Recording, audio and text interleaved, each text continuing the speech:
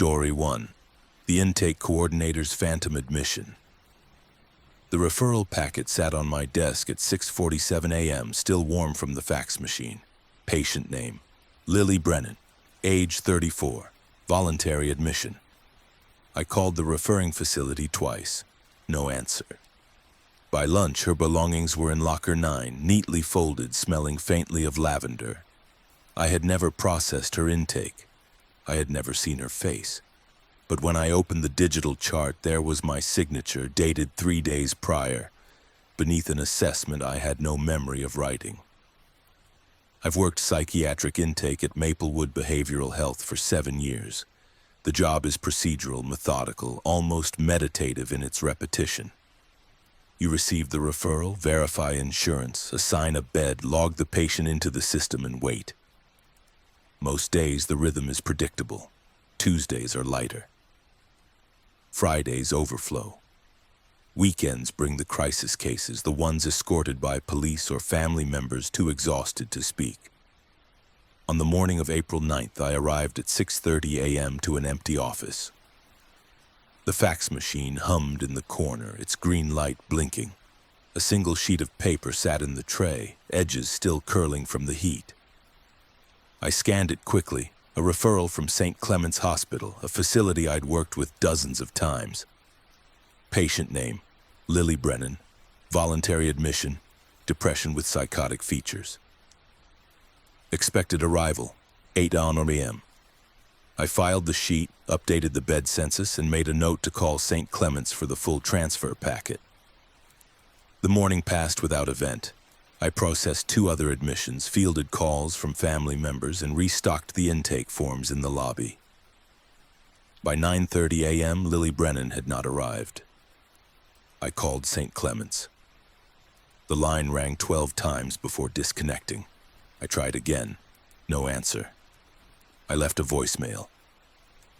At 11 a.m., I walked down to the secured storage room where we keep patient belongings during intake processing. Each locker is numbered, keyed individually, and logged digitally when opened or closed. I scanned my badge and checked the log. Locker 9 had been accessed at 10:42 a.m. by me. I stared at the screen. I had been upstairs the entire morning. I opened locker 9. Inside was a small duffel bag, navy blue, unzipped. Folded clothes, a gray sweater, jeans, white cotton socks. A hairbrush with a few strands of blonde hair caught in the bristles. A paperback novel, spine creased, a receipt tucked inside as a bookmark. And a small glass bottle of lavender oil, the cap loose. The scent unmistakable. I had never seen these items before. I had never spoken to Lily Brennan, but holding that sweater I felt a strange, creeping familiarity, like I had folded it myself. I returned to my desk and opened the digital patient system. Lily Brennan's profile had been created. Admission date: April 6th, 3 days ago. Primary coordinator: my name. There were intake notes, vitals, and initial psychiatric evaluation, all bearing my electronic signature. I read the notes slowly. The handwriting style matched mine. The phrasing was identical to how I documented, but I had no memory of writing a single word. The evaluation described a patient who presented as calm, cooperative, with flat affect and minimal eye contact. She reported auditory hallucinations, whispers that called her name in empty rooms. She had no family contacts listed. No emergency contact. The notes mentioned she'd brought personal items but declined to speak about them. I checked the bed assignment. Room 14, second floor. I'd been on the second floor twice that morning, passing room 14 each time. The door had been closed. I had assumed it was empty. I went upstairs. Room 14 was at the end of the hall, past the nursing station beside the supply closet.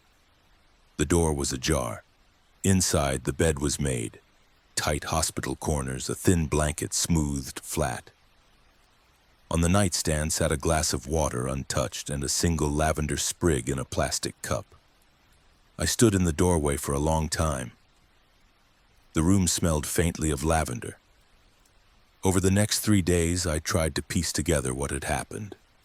I reviewed security footage, but the cameras in the intake area had been offline for maintenance on April 6th, something I didn't remember being notified about. I spoke to my supervisor, who confirmed that Lily Brennan was listed as an active patient, admitted under my coordination. She seemed confused by my questions. "You processed her yourself," she said. "You even noted she was unusually quiet."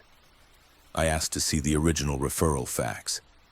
It was filed correctly, dated April 6th with a timestamp of 6:51 a.m., 3 days before I'd found it on my desk. Each day, Lily Brennan's chart updated itself.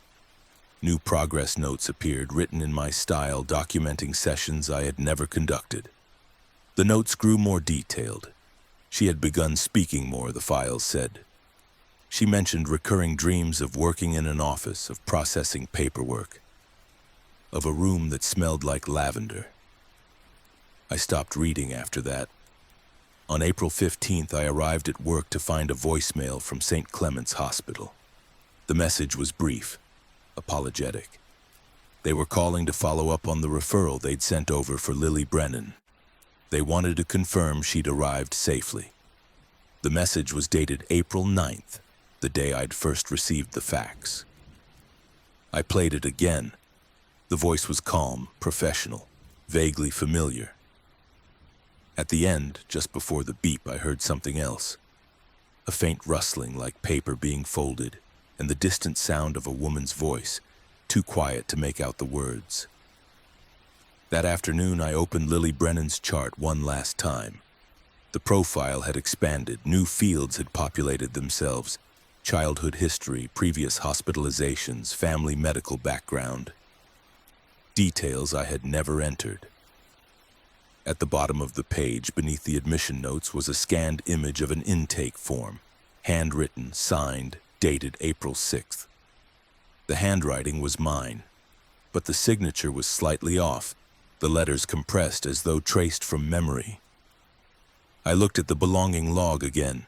Locker 9 had been accessed 4 more times since I'd first opened it, all under my badge, all at times I could account for elsewhere. I went down to the storage room and opened the locker. The duffel bag was still there. But now there were more items. A journal with entries dated weeks prior, a keychain I recognized from a trip I'd taken years ago, a photo of a woman standing in front of Maplewood's main entrance, smiling faintly at the camera. The woman in the photo looked like me, but younger, thinner. Her hair a different length. I closed the locker and walked back upstairs. Room 14's door was open again. The lavender sprig had been replaced with a fresh one. On the nightstand beside the water glass was a folded piece of paper. I unfolded it slowly. It was a discharge summary dated April 20th, 5 days in the future. Patient name: Lily Brennan. Disposition: transferred to outpatient care. Primary coordinator, my name. At the bottom, in neat handwriting that mirrored mine, was a single line: some admissions begin long before the patient arrives. I don't open Lily Brennan's chart anymore, but every morning when I log into the system, her profile is there, waiting. The notes continue to update. The belongings in Locker 9 multiply slowly, one item at a time, each one something I'd forgotten I'd lost.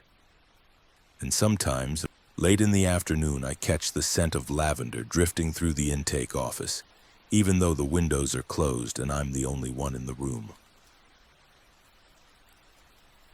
Story 2. The Night Round's Psychiatric Resident and the Door That Opened Itself. I locked the seclusion room door at 11:47 p.m., testing the handle 3 times as protocol required. The magnetic seal clicked into place. The indicator light turned red. I documented it in my log and moved on. At 12:15 a.m., I returned to find the door standing open, the room dark, and a woman sitting upright on the floor, hands folded in her lap, watching me with an expression I'd seen before, in my own reflection, in moments I couldn't quite remember. Night rounds at Harrington Psychiatric Hospital follow a strict routine. As a third-year resident, I rotate through the adult acute wing every third night, checking seclusion rooms, verifying medication logs, and ensuring patient safety. The wing holds 18 rooms, 12 general admission, and 6 high-acuity seclusion units. Each seclusion room must be checked every 15 minutes, the door tested for magnetic seal integrity, and the observation window cleared of condensation or obstruction. I'd done this rotation 42 times without incident. On the night of May 3rd, I began rounds at 11:30 p.m. The wing was quiet, most patients medicated and asleep, the hallway lights dim to encourage rest. I worked methodically, room by room, marking each check on my clipboard. At 11:47 p.m., I reached seclusion room 4. The room was supposed to be empty. The census board listed it as unoccupied, cleaned and prepped for the next acute admission. I unlocked the door with my badge, stepped inside to verify, and found it as expected. Bare mattress, walls padded in neutral beige, observation camera blinking red in the corner. I stepped out, pulled the door shut, and tested the handle 3 times. The magnetic lock engaged with a solid click. The indicator light turned red. I logged it and continued. At 12:15 a.m., I returned for the second check cycle. Seclusion room 4's door was open. I stopped in the hallway, clipboard in hand, staring. The door was fully ajar, swung inward, the room dark beyond the threshold. The magnetic lock's indicator light was green, disengaged. I checked my log. I had documented the seal at 11:47 p.m., marked with my initials. I approached slowly, pushing the door wider. The motion-activated lights inside should have triggered. They didn't. I reached for the manual switch and flipped it.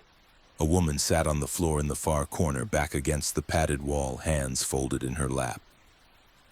She wore a standard-issue patient gown, pale blue, slightly too large. Her hair was dark, shoulder-length, unstyled. She looked at me without blinking. I froze. I didn't recognize her. I knew every patient on the wing. Names, diagnoses, room assignments. This woman wasn't on my census. "Hello," I said carefully. "Can you tell me your name?" She tilted her head, the movement slow and deliberate, mirroring the way I'd tilted mine a moment before. "You already know," she said. Her voice was quiet, even disturbingly familiar. I stepped into the room, keeping distance between us. "I need to verify your identity. What's your name?" She smiled faintly. "You evaluated me yesterday." I hadn't evaluated anyone yesterday. I'd been off shift. "Can you stand up for me?" I asked, keeping my tone calm and clinical. She stood smoothly, no hesitation, no stiffness. She was my height. As she moved into the light, I saw her face more clearly. The shape of her jaw, the slight asymmetry of her eyebrows, the scar on her left wrist, faint and old. I had a scar in the same place, from a biopsy years ago. "I need to check the patient log," I said, backing toward the door. "Stay here." "I will," she said softly. I left the room, pulling the door shut and testing the lock. It engaged. I walked quickly to the nursing station and accessed the digital patient system. I searched for new admissions in the past 48 hours. Nothing. I searched by room assignment, seclusion room 4. The system listed it as vacant since April 29th. I pulled up the security camera feed for the hallway outside seclusion room 4. I rewound to 11:47 p.m. I watched myself approach the door, unlock it, step inside briefly, then exit and test the handle. The timestamp matched my log. I fast-forwarded. At 12:03 a.m., the door opened on its own. No badge swipe, no visible contact. It swung inward smoothly as though pulled from the inside. I checked the interior camera feed. The room had been empty at 11:47 p.m. when I'd left. At 12:03 a.m., the woman was sitting in the corner exactly as I'd found her, as though she'd been there all along. I returned to seclusion room 4. The door was open again. The woman sat in the same position. The lights were off. I turned them on. "Who admitted you?" I asked. "You did," she said. "You don't remember?" "I didn't admit anyone." "You wrote the notes," she said. "You signed them." I pulled up the digital charts on my phone, searching for any evaluation bearing my name. There, an entry I hadn't noticed before, dated May 2nd, 9:17 p.m. An intake assessment for a patient named Claire Ashford, admitted for acute dissociative symptoms and self-referral. The notes were detailed, thorough, written in my documentation style. At the bottom, my electronic signature. I had not written those notes. I had not been on shift on May the 2nd. "What's your name?" I asked again. "Claire," she said. I read through the evaluation. It described a patient who presented with calm affect, cooperative behavior, and vague complaints of feeling detached from herself. She reported episodes of lost time, of finding herself in places she didn't remember going. She had no emergency contact, no family history listed. The notes mentioned she was placed in seclusion room 4 for observation due to unclear risk factors. "Why are you here?" I asked. She looked at me with an expression I couldn't name. Pity, maybe, or recognition. "Because you are," she said. The temperature in the room dropped. I felt it, sharp, immediate, the air thinning. My breath condensed faintly in front of me. "I'm going to step out," I said.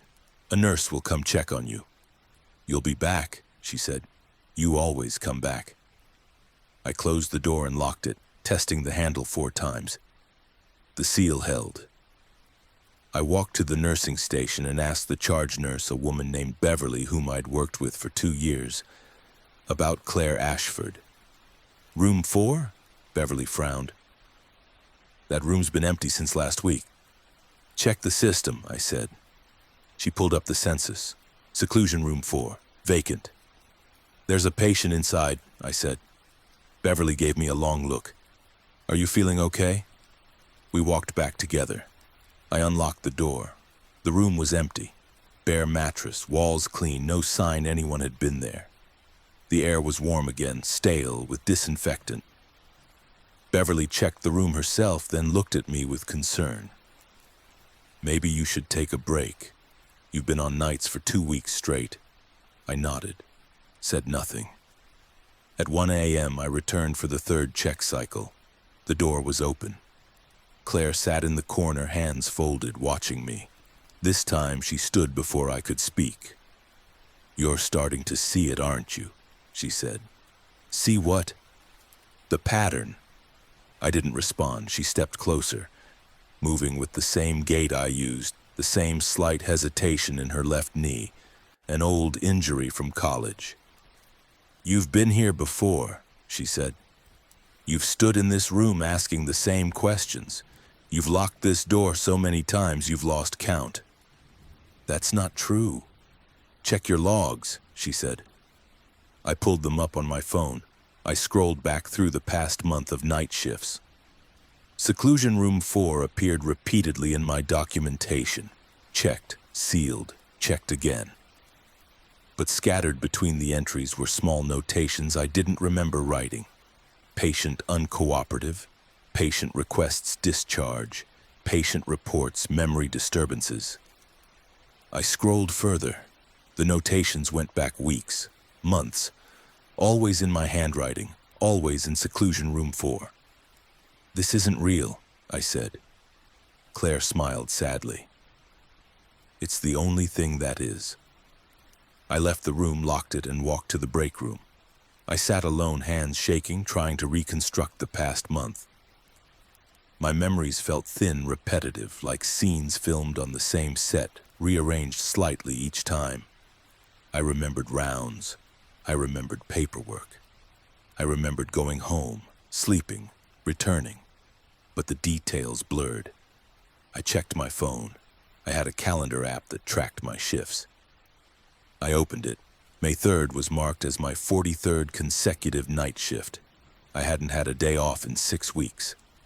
I called my supervisor, left a voicemail, said I needed to speak urgently. I walked back to seclusion room 4. The door was closed. I unlocked it. Claire was gone. But on the floor in the corner where she'd sat was a folded piece of paper. I unfolded it. It was a patient evaluation form, handwritten, signed at the bottom, my signature. The date, May 3rd, 11:52 p.m., 5 minutes after I'd first locked the room. The patient name field read, Dr. Emily Voss, my name. The diagnosis section was blank except for a single line. Patient insists she is conducting rounds. Patient does not respond to reorientation. Recommend continued observation. I stood in that room for a long time, staring at the paper, feeling the air grow colder. When I finally turned to leave, I saw my reflection in the observation window. But it lagged just slightly, a half second behind my movements. I still work night rounds. I still check seclusion room 4 every 15 minutes. The door still opens on its own, and sometimes when I step inside, I see her sitting there, or maybe I see myself waiting patiently, hands folded, for the next round to begin. Story 3, the behavioral health tech's shifting observation logs. I completed the 2:00 a.m. safety check on Malcolm Tripp in room 7, noting his position. Supine, eyes closed, breathing regular. I initialed the log and moved on. At 2:17 a.m., I returned to file the paperwork and found my 2 a.m. entry rewritten in handwriting that looked like mine but wasn't. The note now read, Patient awake, staring at ceiling, stated he's writing it all down. Expressed confusion when questioned. I had written no such thing. Malcolm had been asleep. Behavioral health technicians at Crescent Ridge Behavioral Hospital are responsible for direct patient observation. Every 15 minutes, we check on assigned patients, document their status, and report concerns to nursing staff. The work is repetitive but necessary. Our logs form the legal record of patient safety and care. I'd been doing this job for 4 years. I knew how to write a clean, factual observation note. On the night of June 11th, I was assigned to the low-risk wing. 8 patients, most stable, a few requiring closer monitoring for medication adjustments. Malcolm Tripp in room 7 was a 29-year-old admitted for major depressive disorder with passive suicidal ideation. He was cooperative, soft-spoken, and had shown steady improvement over his 5-day stay. His OBS level was Q15 every 15 minutes, standard. At 2:00 a.m., I entered room 7 quietly, using my pen light to avoid waking him. Malcolm was asleep on his back, arms at his sides, breathing deep and even. I documented it in the observation log.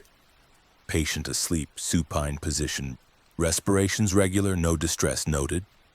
I initialed it, JB, and noted the time. 8:02, Sewast. I moved on to the next patient. At 2:17 a.m., I returned to the nursing station to file the log in the binder.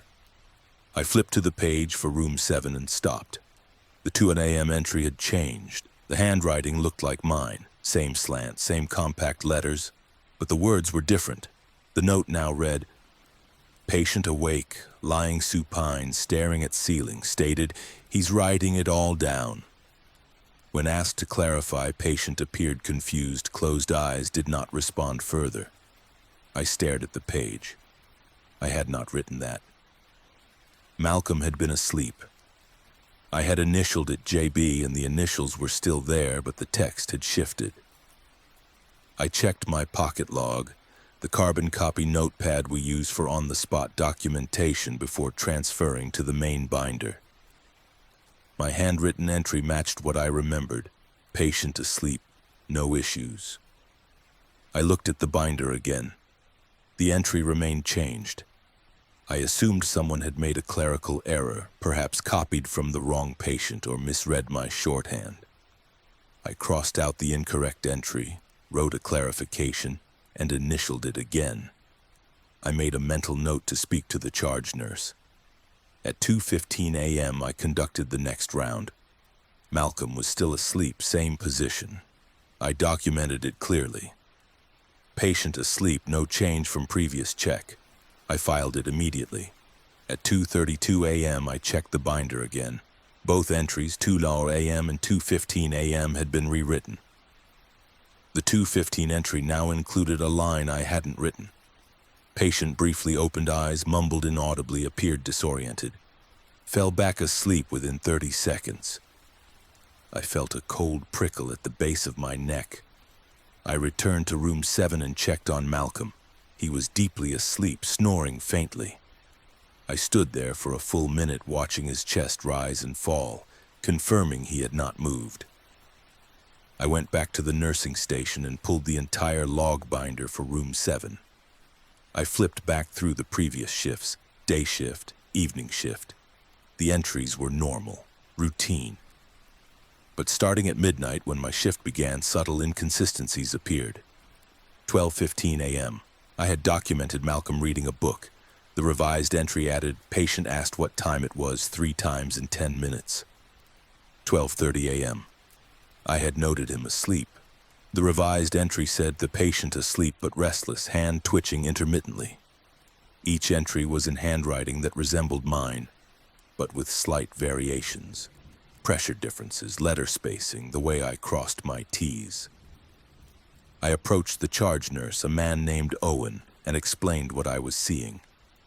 He looked at me with polite skepticism. "You sure you're not just misremembering?" he asked. "I keep a pocket log," I said, showing him my carbon copies. "These don't match what's in the binder." Owen examined both. He frowned. "That's odd. Could be someone else charting by mistake. I'll mention it at huddle." But I could see he didn't take it seriously. At 3 a.m. I checked Malcolm again, asleep. I wrote it down, walked directly to the binder, and filed it while watching the page. For 10 seconds, the entry remained as I'd written it. Then as I watched, the ink seemed to darken in places. Letters shifted slightly, rearranging themselves. A new sentence formed at the end. Patient woke briefly, asked, "Why do you keep writing about me?" Tone flat, affect blunted. I slammed the binder shut. I didn't file another observation for an hour. Instead, I carried my pocket log with me and documented everything in real time, keeping it on my person. At 4 a.m., I checked Malcolm, still asleep, and wrote a single line. No change. I didn't file it in the binder. I kept it in my pocket. At 6 a.m., my shift ended. I handed off to the day tech, a woman named Bryn, and said nothing about the logs. I went home, slept poorly, and returned the next night. The first thing I did was check the room 7 binder. My entries from the previous night had multiplied. There were now observations documented at times I hadn't made rounds: 3:47 a.m., 4:22 a.m., 5:10 a.m. Each note was detailed, specific, describing behaviors I hadn't witnessed. The handwriting was mine. The 4:22 a.m. entry read, patient sitting upright, staring at door, stated, he writes things that haven't happened yet. Redirected to lie down, compliant but visibly anxious. I had been on break at 4:22 a.m. I hadn't gone near room 7. I spent the entire shift cross-referencing my pocket log with the binder. Every entry I made was rewritten within minutes, expanded, altered, given details I hadn't observed. And each rewritten entry predicted Malcolm's behavior with eerie accuracy. At 2:30 a.m. I wrote, patient asleep. The binder revised it to, patient asleep but will wake at 2:47 a.m. asking for water. At 2:47 a.m. Malcolm's call light went on. I entered the room. He blinked at me groggily. "Can I get some water?" he asked. I brought him a cup, hands shaking. He drank it, thanked me, and went back to sleep. I checked the binder. The 2:30 entry now read, patient asleep, woke at 2:47 requesting water as anticipated, returned to sleep after hydration. I stopped documenting altogether after that. I made my rounds, checked on patients, ensured safety, but I refused to write anything down. My pocket log remained blank. At 5:00 a.m., I checked the binder. Entries for the entire night had been filled in. Every 15-minute check, meticulously documented initial JB, describing observations I hadn't recorded. The notes mentioned things I'd thought but not said. Moments of distraction, a headache I'd had at 3:15. My doubt about whether Malcolm was improving. The final entry, time-stamped 6:00 a.m., read, "Tech refused to document observations tonight, unclear why. Will self-report to supervisor. Recommend follow-up on behavioral health staff mental status." I never wrote that, but it was in my handwriting. I went to my supervisor the next day and requested a transfer off Malcolm's case. She asked why. I told her I felt the documentation process was creating bias. She reassigned me without question. I didn't work room 7 again for 2 weeks. When I finally returned, Malcolm had been discharged. The observation binder for his stay was filed in the archive room. I pulled it one afternoon, alone, and flipped through the pages. The entries continued past his discharge date. There were notes for June 24th, 25th, 26th, days after he'd left. Each entry described a patient in room 7, behaviors consistent with Malcolm's patterns. All initial JB, the final entry, dated July 1st, read, "Patient states he no longer knows who is observing whom. Agreed with sentiment. Documentation will continue regardless." I closed the binder and returned it to the shelf. I still work at Crescent Ridge. I still document observations every 15 minutes. But I've learned not to review my entries after I file them. The logs have a life of their own now. They know what I'll see before I see it. And some nights, when I initial a note, I swear the ink moves before the pen does, writing the words I was about to choose, as though the record has already decided what happened, whether I remember it or not. Story 4. The psychiatric counselor's unscheduled session. The session appointment appeared on my calendar at 4:37 p.m. Emergency intake, room 3B, 5:11 p.m. Patient, Ann Lowell. I hadn't scheduled it. I checked with reception, no record of the booking.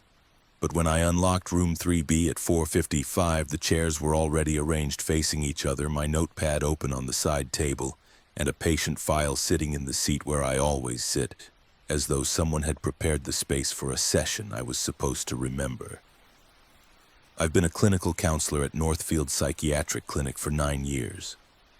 My schedule is managed digitally through a shared system that syncs with reception, billing, and patient records. Appointments are booked days in advance, confirmed by email and cross-checked against room availability. The system is reliable. I've never had a scheduling error. On the afternoon of July 18th, I finished my 4 p.m. session with a regular patient and returned to my office to review notes for the next day. At 4:37 p.m., my phone chimed with a calendar alert. Emergency intake, room 3B, 5:00 p.m. Patient, Ann Lowell. I stared at the notification. I hadn't scheduled an emergency session. I called reception. "Hi, this is Dr. Nora Brennan. I have a calendar alert for an intake at 5:00, but I don't see any notes about it." "Did someone add this?" The receptionist, a woman named Kelly, paused. I heard keys clicking. "I don't see anything in the system. Are you sure it's not a carryover from last week?" "It says today, room 3B. More clicking. "Room 3B's been empty since noon. No bookings until tomorrow morning." I checked my phone again. The alert remained. I opened the calendar app. The appointment was listed clearly. 5:00 p.m. Ann Lowell, room 3B, marked as high priority. "I'll check the room," I said. Might be a system glitch. I walked down the hall to room 3B. The clinic has 6 therapy rooms, identical in layout. 2 chairs angled toward each other, a small side table, soft lighting, neutral walls. Room 3B is near the back, quieter, used mostly for crisis sessions. I unlocked the door at 4:55 p.m. The room was prepared. The chairs were already positioned facing each other, closer than I usually arranged them. On the side table sat my notepad, the specific one I used for intakes, with the clinic logo embossed on the cover. It was open to a blank page. A pen rested beside it. And in the chair where I always sit, facing the patient's seat, was a manila folder. I stepped inside slowly. The air felt different, cooler, stiller, as though the room had been sealed for hours. I picked up the folder. It was a patient file. Typed label, Lowell, Ann, Dob, 03/14/1981. Intake date 07/18. Today's date. I opened the file. Inside were standard intake forms, demographic information, insurance verification, a referral note from a primary care physician I didn't recognize. The handwriting on the forms was neat, unfamiliar. Ann Lowell, age 42, self-referred for anxiety and intrusive thoughts. No prior psychiatric history, emergency contact, none listed. At the bottom of the referral note was a line that made me pause.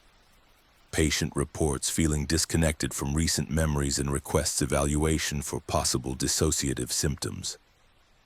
I checked my watch. 4:58 p.m. I sat down in my usual chair, the folder in my lap, and waited. At 5:00 p.m. exactly, the door opened. A woman stepped inside. She was tall, thin, with dark hair pulled into a low ponytail. She wore jeans and a gray cardigan, both slightly too large, as though borrowed. She looked at me with an expression I couldn't read. Recognition, maybe, or relief. "Dr. Brennan?" she said. "Yes, Ann." She nodded and sat down across from me, settling into the chair as though she'd been here before. She folded her hands in her lap and waited. I opened the folder. "I apologize. I wasn't notified about this session in advance. Can you tell me what brought you in today?" "You called me," she said. I paused. "I don't think I did. Do you remember receiving a call from this clinic?" She tilted her head slightly. "You left a voicemail. You said it was urgent. You said we needed to talk about what happened." "What happened?" "I don't know," she said softly. "That's why I'm here." I glanced at the intake forms again. They listed today as the intake date, but there was no record of outreach, no call log. "Can you describe the voicemail?" "You sounded worried," she said. "You said you'd been trying to reach me for days. You said there were things I needed to remember." A faint chill ran down my spine. "I didn't leave you a message." She looked at me with steady, unblinking eyes. "Then who did?" I set the folder on the side table and leaned forward slightly. "Let's start from the beginning. What's the earliest memory you have of deciding to come here?" She thought for a moment. "I was at home. I found a business card on my kitchen table. Your name was on it. I don't know how it got there." "Do you live alone?" "Yes." "When was this?" "This morning." "And you called the clinic?" "No," she said. "I just came. I knew where it was." "Had you been here before?" "No." She hesitated. "But when I walked in, it felt familiar, like I'd imagined it." I made notes, though my handwriting felt mechanical, disconnected. "Tell me about these intrusive thoughts." She looked down at her hands. "I keep remembering things that didn't happen, conversations I never had, places I've never been, and they feel more real than my actual memories." "Can you give me an example?" "I remember sitting in this room," she said quietly. "I remember you asking me questions. I remember answering. But I know I've never been here before today." The air in the room grew heavier. I glanced at the notepad on the side table. I hadn't written anything yet, but there were words on the page, half a sentence in my handwriting. Patient describes session she has not yet attended. I blinked. The words remained. "Are you all right?" Anne asked. "Yes," I said quickly. "Go on." "I also remember you," she said. "But not as a stranger. I remember you being upset. I remember you telling me something went wrong." "Something went wrong with what?" "I don't know." I closed the folder. My pulse was quickening. "Anne, do you know why you're experiencing these thoughts?" "No," she said, "but I think you do." I opened my mouth to respond, but no words came. I looked at her face, her features, her posture, the way she held her hands. There was something achingly familiar about her, a sense of déjà vu I couldn't shake. I stood abruptly. "I need to check something. I'll be right back." I left the room and walked quickly to the front desk. Kelly looked up. "Did a patient named Anne Lowell check in today?" I asked. Kelly scanned the log. "No one's checked in since 3:30. Check the sign-in sheet." She pulled it up. The last name was from the 3:30 arrival. No Anne Lowell. I returned to room 3B. Anne was still sitting, calm, waiting. "You didn't sign in," I said. "I know," she said. "I didn't need to. You were expecting me." I sat down slowly. "Why do you think that?" "Because you left the file," she said, gesturing to the folder on the table. "You prepared this room. You knew I was coming." "I didn't prepare this room." She looked at me with something close to pity. "Then who did?" I picked up the folder again and flipped to the last page. There was a case note, dated today, written in my handwriting. First session with Anne Lowell. Patient presence with dissociative symptoms and false memories. Reports feeling observed. Established rapport. Will continue weekly. Signed, Dr. Nora Brennan. I had not written that note. But the signature was mine. Precise, exact. I looked up. Anne was watching me. "You've done this before, haven't you?" I asked. "I think so," she said, "but I can't remember when." I stood and walked to the door. I opened it and looked out into the hallway. It was empty, silent. I checked my watch. 5:32 p.m. The session had lasted 32 minutes, but it felt like seconds. I turned back to Anne. "I think we should stop here for today." She stood slowly. "Will I see you again?" "I don't know." She nodded as though she'd expected that answer and walked past me into the hall. I watched her leave, her footsteps fading toward the front entrance. I waited until I heard the main door close, then returned to the front desk. "Did you see a woman leave just now?" I asked Kelly. "No one's come through," she said. I checked the security footage. The camera covered the front entrance. I rewound to 5:35 p.m. No one exited. I rewound further to 4:55 p.m. No one entered. I went back to room 3B. The folder was still on the table. I opened it. The case note had expanded. There was now a second session logged, dated July 25th, 1 week from today.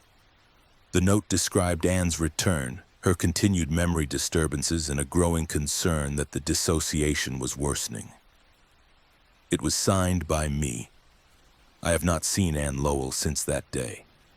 But every week a new case note appears in her file documenting sessions I have no memory of conducting. The notes are detailed, empathetic, written in my voice. They describe progress, setbacks, breakthroughs. They mention things I've thought but never said aloud. And sometimes, late in the afternoon, I receive a calendar alert for an appointment I didn't schedule, in a room that's already prepared, with a patient whose face I recognize but cannot place, waiting for me to remember what I've been trying to forget. Story 5. The Occupational Therapist's Repeating Activity Room. I stepped out of the activity room at 10:47 a.m. to retrieve additional craft supplies from the storage closet, a 2-minute trip. When I returned, the room had reset. The half-finished collages were blank again. Art supplies returned to their starting positions, and the patients sat in the exact same seats, beginning the same introductory exercise I'd led 15 minutes earlier. No one seemed to notice. Except this time, when I introduced myself, one patient whispered, "You already told us that." Occupational therapy at Pinehurst Psychiatric Hospital focuses on structured group activities designed to build social skills, encourage self-expression, and provide routine. As the lead OT, I facilitate 3 sessions per day in the activity room. A bright open space with large windows, round tables, and shelves stocked with art supplies, puzzles, and games. The 10 a.m. session is my favorite. A mixed group of 6 to 8 patients, most stable, working on collage projects meant to explore identity and emotion. On the morning of August 2nd, I began the session as usual. I introduced the activity, distributed magazines, scissors, glue sticks, and poster boards, and invited the patients to create visual representations of a place that feels safe. The group was calm, focused. A woman named Rachel worked quietly on a beach scene. A man named Tom selected images of forests. Another patient, Iris, layered pictures of doorways and windows. By 10:45 a.m., the projects were halfway complete. I noticed we were low on glue sticks. I stood, addressed the group, and said, "I'll be right back, just grabbing more supplies." No one responded. They kept working. I walked to the supply closet at the end of the hall, unlocked it, and retrieved a box of glue sticks. The trip took less than 2 minutes. I returned to the activity room, pushed open the door, and froze. The room had reset. The tables were arranged identically, but the half-finished collages were gone. In their place were blank poster boards. The magazines were stacked neatly in the center of each table, unopened. The scissors and glue sticks were laid out in the same starting positions I'd arranged at 9:55 a.m. And the patients, Rachel, Tom, Iris, and the others, sat in the exact same seats, hands folded, waiting. I stood in the doorway, box of glue sticks in hand, heart pounding. "Everything okay?" Rachel asked. I scanned the room. No trace of the work they'd been doing, no scraps of paper on the floor, no glue smudges on the tables. The clock on the wall read 10:03 a.m. I checked my watch. It read 10:47 a.m. Yes, I said slowly. "Let's get started." I set the glue sticks on the supply cart and repeated the introduction I'd given 45 minutes earlier. I explained the activity, distributed materials, and invited them to begin. The patients started working. Rachel selected images of a beach. Tom chose forests. Iris layered doorways and windows exactly as before. I watched them, my hands trembling slightly. I said nothing. I told myself I was tired, that I'd lost track of time, that somehow I'd walked into the wrong session. But the patients were the same. The layout was the same. The activity was identical. At 10:30 a.m., I stepped out again, this time to test it. I walked to the hallway, counted to 30, and returned. The room had reset. Blank poster boards, stacked magazines, patients waiting in their seats. The clock read 10:03 a.m. My watch read 10:31 a.m. This time, when I introduced the activity, Iris spoke. "You already told us that," she said quietly. I stopped mid-sentence. "What?" "You already explained it," she said, looking down at the blank poster board in front of her. "We've started this twice now." "Do you remember what you were working on?" I asked carefully. She nodded. "Doors. I was cutting out doors. Do you see your work anywhere?" She looked at the table. "No, but I remember doing it." None of the other patients reacted. They began selecting images, cutting, arranging. Rachel reached for a picture of a beach. Tom chose a forest. I sat down at the edge of the room, watching. I didn't guide them, I didn't speak, I just observed as they repeated the exact same sequence of choices, the same gestures, the same quiet focus. At 10:47 a.m., I stood and left the room again. I walked down the hall, turned the corner, and stopped. I counted to 60. I returned. Reset. This time, 2 patients noticed. "We're doing this again," Tom said, frowning at the blank poster board. "I had a tree," Rachel added. "Well, I glued it down. Where did it go?" I sat with them. "Tell me what you remember." They described their projects in detail, images they'd selected, placements, colors. Iris described 3 iterations of her collage, each slightly different. The other patients stared blankly, as though hearing a conversation in another language. I checked the clock. 10:03 a.m. My watch, 10:49 a.m. I left the room and went directly to the nursing station.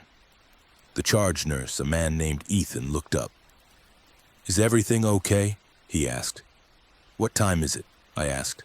He checked his computer. 10:51. "The activity room clock says 10:03. He shrugged. "Probably needs a new battery." "Can you come with me?" I said. "I need you to see something." We walked to the activity room together. I opened the door.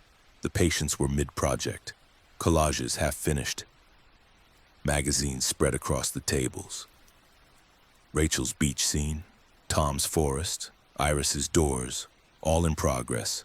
The clock read 10:52 a.m. Ethan looked at me with concern. "See what?" I stepped inside, staring at the tables. The work was different now, further along than any version I'd seen before.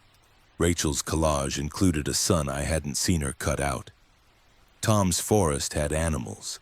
Iris had added a mirror in the center of her doors. "Nothing," I said quietly. "Sorry, I just lost track of time." Ethan nodded slowly and left. I stayed in the room watching the patients finish their projects. At 11 a.m. the session ended. They placed their collages on the drying rack, cleaned their spaces, and filed out calmly. I waited until the room was empty, then checked the drying rack. There were 12 collages. I had only led 1 session. I pulled them down and examined each one. Some were duplicates. Rachel's beach rendered 3 different ways, Tom's forest in varying stages of completion.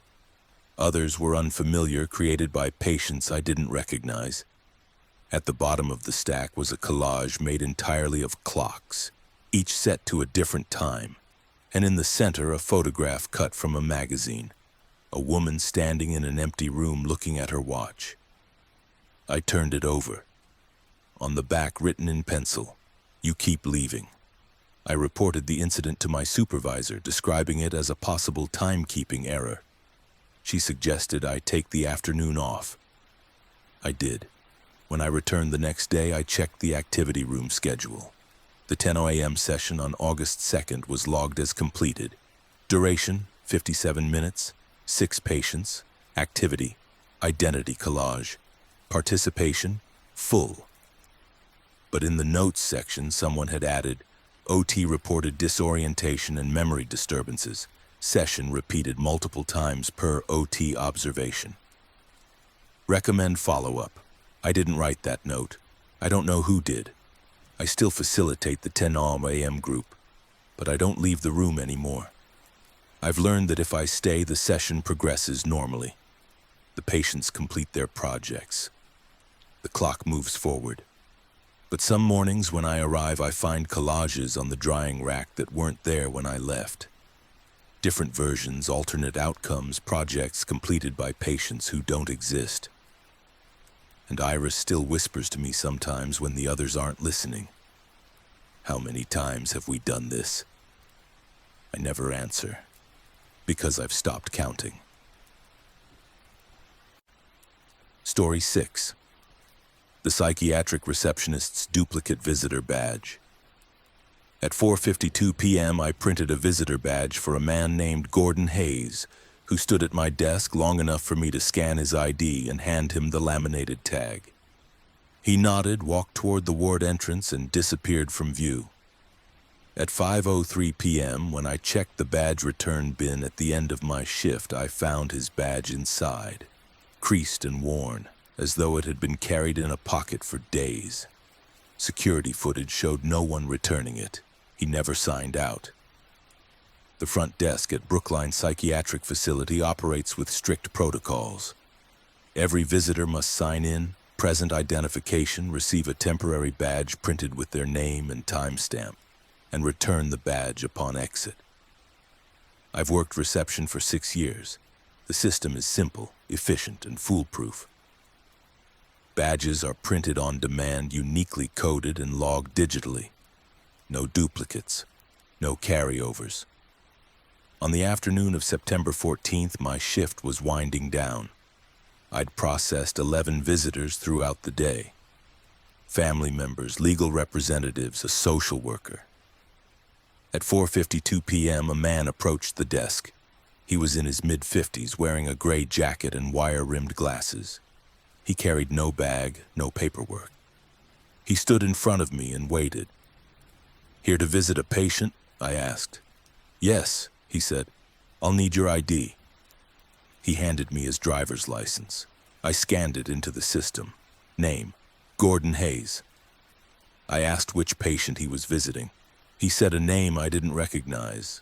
I checked the census, no match. "I don't see that patient listed," I said.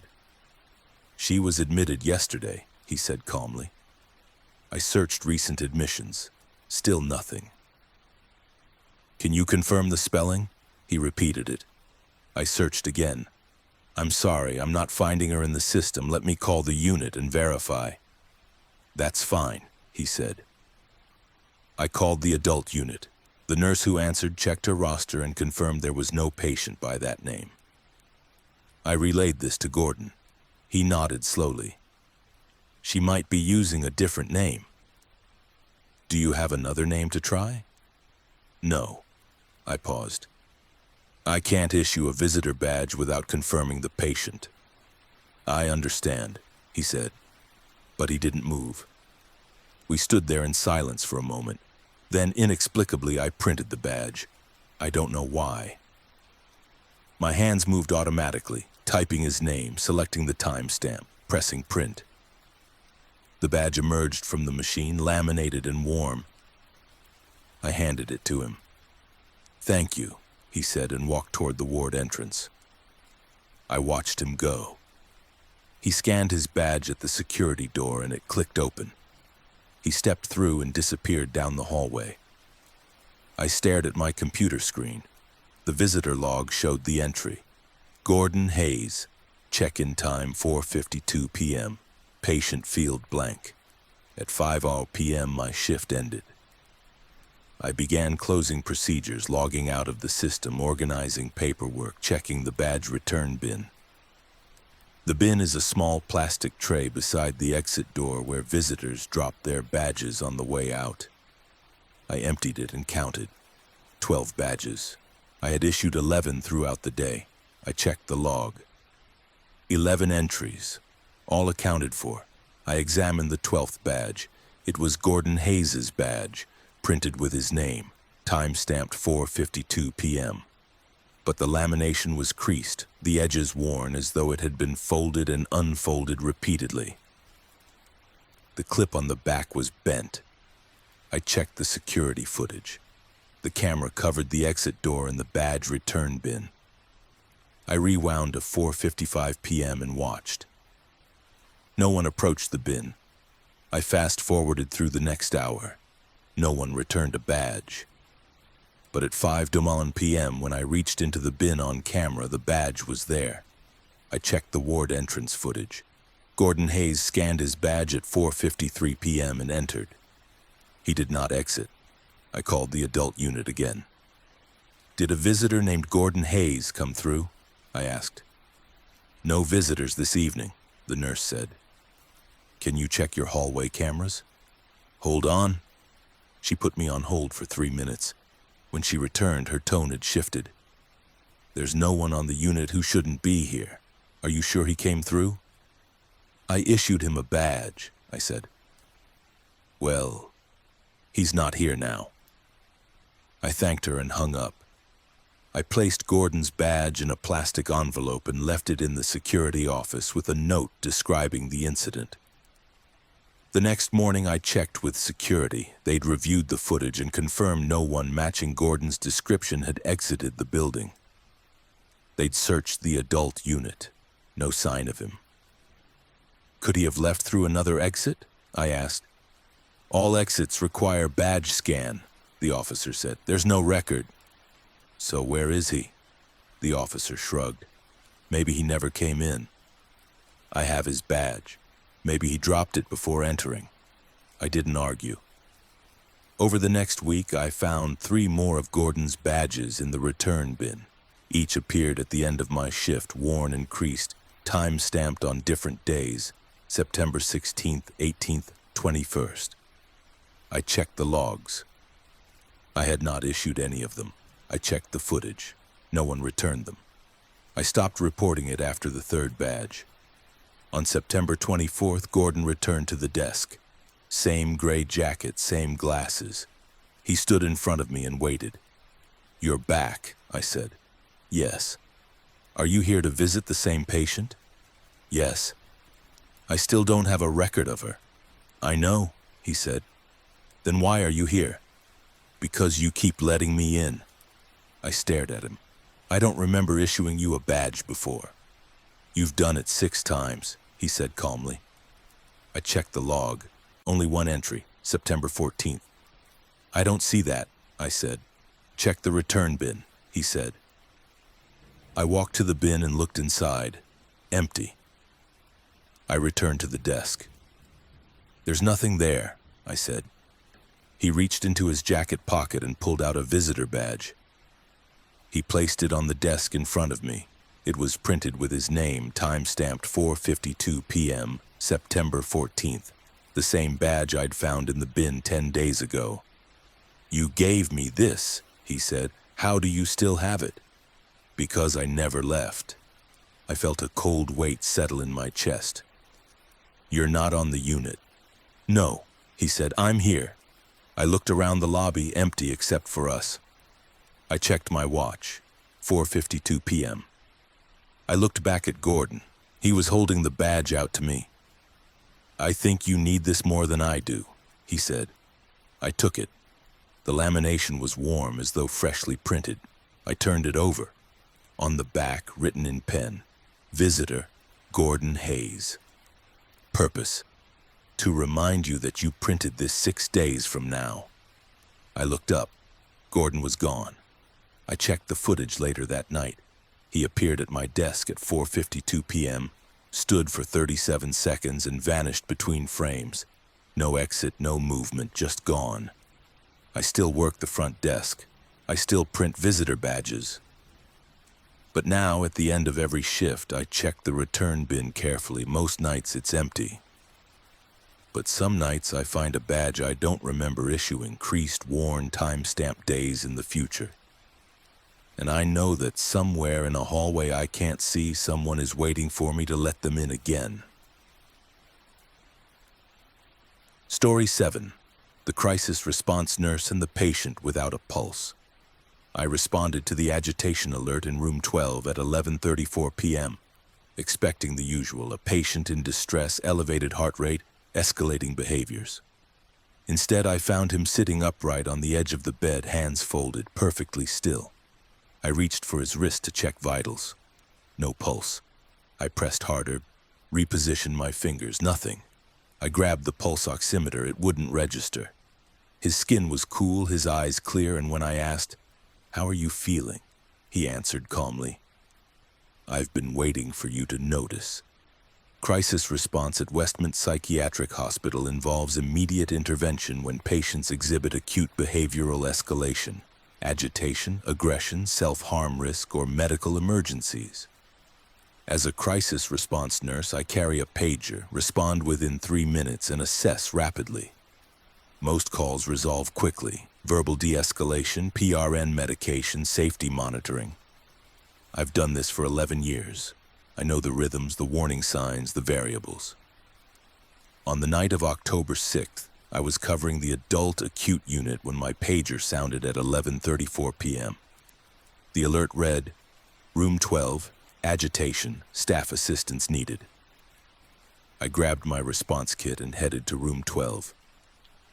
The hallway was quiet, lights dimmed for night hours. I passed the nursing station. The charge nurse, a woman named Diane, glanced up. "Who called it in?" I asked. "Malcolm did," she said, referring to the behavioral health tech on duty. Patient was pacing, talking to himself. I nodded and continued. Room 12 was at the end of the hall. The door was ajar, light spilling into the corridor. I pushed it open. The patient sat on the edge of the bed, hands folded in his lap, posture upright and still. He was a man in his early 40s wearing standard-issue pajamas, barefoot. His face was calm, eyes fixed on the far wall. No signs of agitation, no movement. "Hello," I said, stepping inside. "I'm Veronica, one of the nurses. I heard you were feeling distressed." He didn't respond immediately. Then slowly he turned his head to look at me. His expression was neutral, almost serene. "I'm fine now," he said. "Can you tell me what was going on earlier?" "I was waiting," he said. "Waiting for what?" "For someone to come." I approached cautiously, assessing his affect, his breathing, his posture. Everything appeared stable. "I'm going to check your vitals, okay?" He nodded. I reached for his wrist, placing 2 fingers over the radial artery. I waited. No pulse. I repositioned my fingers, pressed more firmly. Nothing. I switched to his other wrist. Still nothing. I kept my expression neutral. "I'm having trouble finding your pulse. Let me try a different spot." I moved to his carotid artery, placing my fingers gently against his neck. No pulse. His skin was cool to the touch, not cold, but noticeably lacking warmth. I pulled the pulse oximeter from my kit and clipped it onto his finger. The device beeped once, displaying dashes. No reading. I stepped back slightly. "How are you feeling right now? Any chest pain? Shortness of breath?" "No," he said calmly. "I feel fine. When did you last eat?" "Dinner. 6 o'clock. I glanced at the vitals board on the wall. His last recorded check was at 9:00 p.m. Pulse 76, BP 118/72, respirations 14, normal. "I'm going to get some equipment," I said. "I'll be right back." I left the room and returned to the nursing station. Diane looked up. "Everything okay?" "I can't get a pulse on the patient in 12, I said. "Can you come with me?" Her expression shifted. She grabbed a stethoscope and followed me back. We entered the room together. The patient hadn't moved. He sat in the same position, hands folded, watching us. Diane approached and placed the stethoscope against his chest. She listened for 10 seconds, moved it, listened again. She looked at me, her face pale. "I don't hear anything," she said quietly. "No heartbeat." "No." We stood there, both staring at the patient. He looked back at us, unbothered. "Can you take a deep breath for me?" Diane asked. He inhaled slowly, his chest rising and falling. We both heard the breath, audible, clear. But the stethoscope picked up nothing. Diane removed the stethoscope. "I'm calling the doctor." She left. I stayed with the patient. "What's your name?" I asked. "Evan," he said. "And Evan, do you know where you are?" "Westmont." "Do you know why you're here?" "I was admitted 3 weeks ago." I checked the chart on the wall computer. Evan Corbin, age 43, admitted September 15th for major depressive disorder and suicidal ideation. Stable throughout his stay. Scheduled for discharge in 2 days. "Evan, this is going to sound like an odd question, but do you feel alive?" He looked at me for a long moment. "I don't know."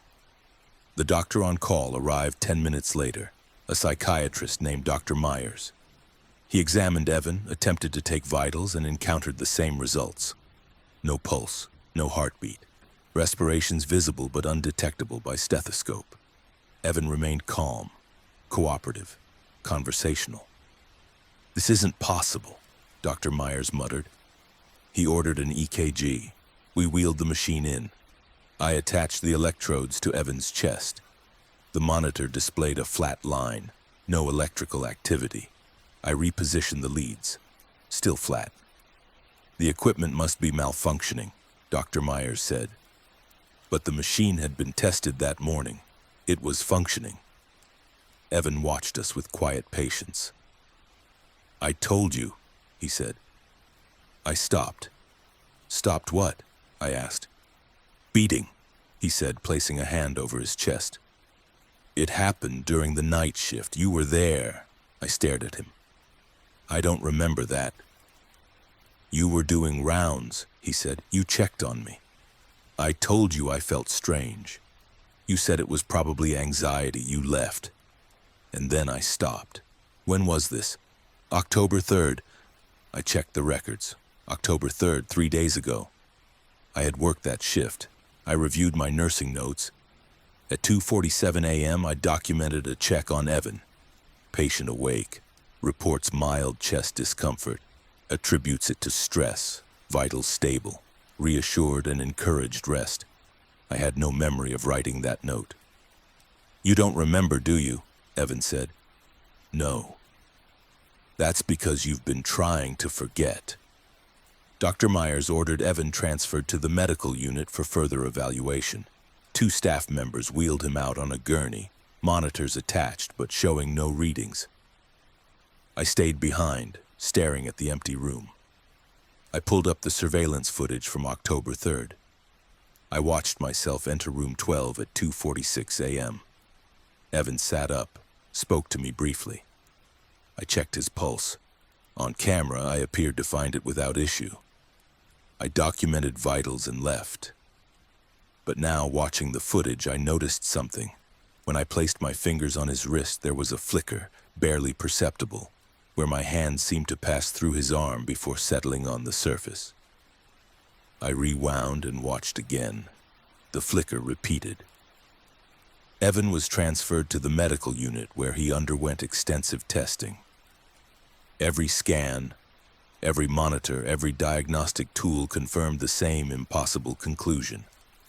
No cardiac activity, no detectable pulse, yet he remained conscious, speaking, responsive. He was returned to the psychiatric unit after 48 hours. The medical team had no explanation. They labeled it an equipment anomaly and recommended psychiatric follow-up. I avoided room 12 for a week. But on October 14th, I was assigned to conduct his discharge evaluation. I entered the room. Evan sat in the same position, hands folded, calm. "You came back," he said. "I'm here to complete your discharge paperwork." "You already did," he said. I checked the file. The discharge summary had been completed, signed by me, dated October 14th, 9:47 a.m. It was currently 9:32 a.m. "I haven't filled this out yet," I said. "You will," he said. "In 15 minutes. I set the paperwork down. "Evan, what happened to you?" "I don't know," he said. "But I think it happened to you too." "What do you mean?" "You've been checking on me every night," he said, "even on your nights off. You don't remember, but you're always here." I pulled up my schedule. I'd worked 3 shifts in the past week, but the nursing log showed my documentation on Evan every night. 7 consecutive nights, all initialed by me. "I didn't write those," I said. "Part of you did," Evan said. "The part that knows something's wrong." I completed his discharge at 9:47 a.m., exactly as the pre-signed document indicated. Evan left the unit without incident. But 2 weeks later, I found a note in my locker. It was handwritten in my own script. "Check room 12. He's still there." I went to room 12. It was empty, assigned to a different patient. I checked the bed, the walls, the closet. Nothing unusual. Then I checked the vitals monitor mounted on the wall. It was turned off, unplugged. But the screen displayed a single line of text, faint and flickering. "Pulse 0 BPM. Duration 11 days." I don't document Evan's case anymore, but some nights when I pass room 12, I hear a voice, calm, patient, familiar, asking the same question I once asked him. How are you feeling? And I never know how to answer. Story 8. The Psychiatric Ward Custodian's After Hours Wing. I pushed my cleaning cart past the decommissioned East Wing at 2:11 a.m. and noticed a light seeping under a door that hadn't been opened in 6 years. I stopped, listened, and heard the faint murmur of voices, low, conversational, overlapping. I tried the handle. Locked. I walked to the maintenance office, checked the blueprints, and found nothing. But when I returned 15 minutes later with my master key, the door was gone. Just blank wall, and the smell of antiseptic clung to my uniform for 3 days. Night custodial work at Valley View Psychiatric Hospital is solitary, methodical, and predictable. I arrive at 10 hours p.m., clean the active units, restock supplies, and ensure the building is secure by 6 a.m. I've worked this shift for 8 years. I know every hallway, every storage closet, every decommissioned section. The East Wing has been closed since 2017. Budget cuts, structural concerns, outdated infrastructure. The doors are locked, the power shut off, the room stripped. I walk past it every night without a second thought. On the night of November 9th, I was cleaning the 3rd floor, working my way through the main hallway. My cart squeaked faintly as I pushed it past the sealed entrance to the East Wing. A set of double doors, chained and padlocked. A red sign reading "Authorized personnel only, no entry." At 2:11 a.m. I paused. There was light coming from under the doors, not bright, just a faint yellowish glow like old incandescent bulbs. I crouched down, leaning closer. The light flickered slightly and I heard voices, muffled, indistinct but unmistakably human. Conversational tones overlapping as though several people were speaking in nearby rooms. I straightened and checked the doors. The chain was intact, the padlock secured. I pressed my ear against the gap between the doors. The voices continued, soft, rhythmic, rising and falling like a meeting in progress. I walked quickly to the maintenance office on the 2nd floor and pulled the building blueprints from the filing cabinet. I traced the 3rd floor layout. The East Wing was marked in gray, decommissioned, no active electrical lines, no plumbing access. I checked the power grid map. The wing had been isolated from the main system in 2017. I returned to the 3rd floor. The light was still there, seeping under the doors. I pulled my master keyring and searched for the East Wing override. I found it, a brass key marked E-Wing Master. I unlocked the padlock, unwound the chain, and tried the door, locked from the inside. I used the master key. The lock turned. I pushed the door open. Darkness, no light, no voices, just the stale, cold air of a space left undisturbed for years. I flipped the light switch. Nothing. I pulled my flashlight and shone it down the corridor. The hallway stretched into shadow. Old linoleum floors, peeling paint, doors hanging slightly ajar. Dust coated every surface. I stepped inside, letting the door close behind me. My footsteps echoed. I walked slowly, checking each room. Empty. Bare walls, stripped beds, disconnected fixtures. The air smelled faintly of mildew and abandonment. I reached the end of the hall and turned back.